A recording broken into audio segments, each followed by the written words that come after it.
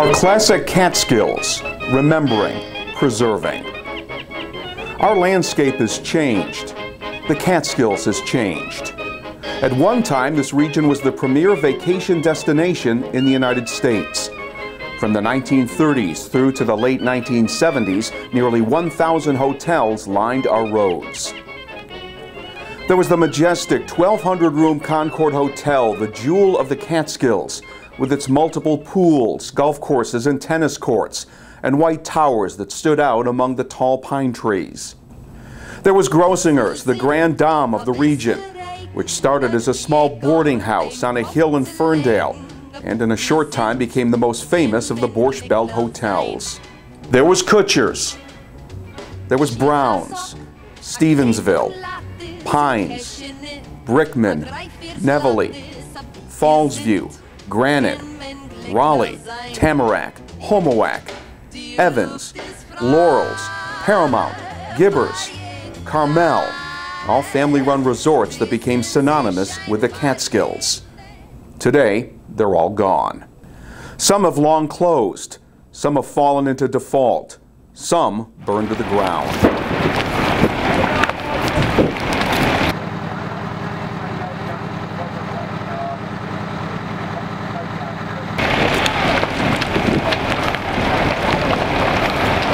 The Times-Herald Record is the newspaper of record for this golden era of celebrity, tradition, and lifestyle. We want the legacy to live on.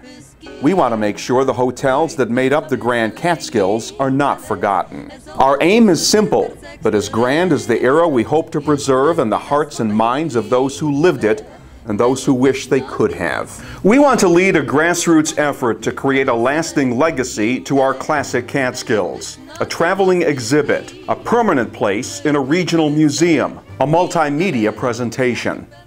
What we're trying to do is, through stories, through videos, through the voices of people like Elaine Edis, whose mother, Jenny Grossinger, was the First Lady of Hospitality, through Helen Kutcher, whose hotel still stands today and who still brings in guests. We're able to tell you these stories, and we're going to do it through their voices. You're going to see the hotels, you're going to see what they were like in their heyday, you're going to see what they look like today. Broken windows, filth, odors, and then that never existed with us. When you work there, you know. So a piece of paper on the floor, you pick it up. The windows were broken, and then we went up and we went past the skating rink, and there are weeds growing, and the railings are all messed up. And then you look into the indoor swimming pool, and it's all mossy and moldy. And I thought, this is what's happened? I mean, at least come in and bulldoze the whole thing. And just have rubble, but don't have skeletons there. We'll begin by creating a special, one-of-a-kind 72-page commemorative magazine to document, educate, and entertain readers with the glorious history of the Catskill resorts, the connection they had to the communities that surrounded them, and the people and the organizations that are working to make sure this era is not forgotten. This lasting tribute will take the reader back in time through images never seen before and insights only our readers with deep expertise and first-hand knowledge can deliver. The magazine consists of 3 main narratives documenting the resort's rise and fall. The 1930s, when the Catskills began to attract sweltering New Yorkers eager for a nearby vacation. The heyday in the 1950s and 60s, when top entertainers, performers, and political figures frequented.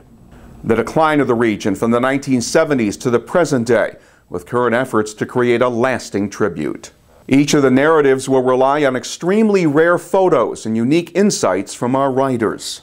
We'll simultaneously build the definitive website on the subject, offer multimedia content to revisit this golden era.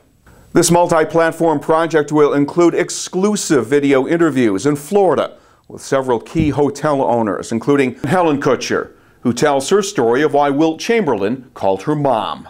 Yes, yes, I was. So he called us that. He always felt that way toward us. We always embraced him, and he us. And he came up for every game. There was really no boundaries between work and family. You know, every night in the if you have dinner at the family, you'd be talking about things that are going on at the hotel. But my earliest memories are going to eat in the hotel, and you know, certain foods that you know, when you're 5, 6, 7 years old, you know, your chocolate milk and your macaroni and cheese, just like anybody else. That's what I remember, and those were great memories. It's classic Catskills, and if we don't do something now, it's going to be gone.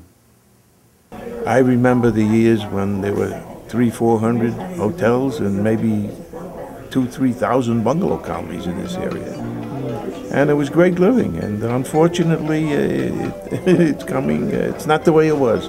It's coming to an end. Unfortunately, my generation is probably the last generation that will come to the hotels.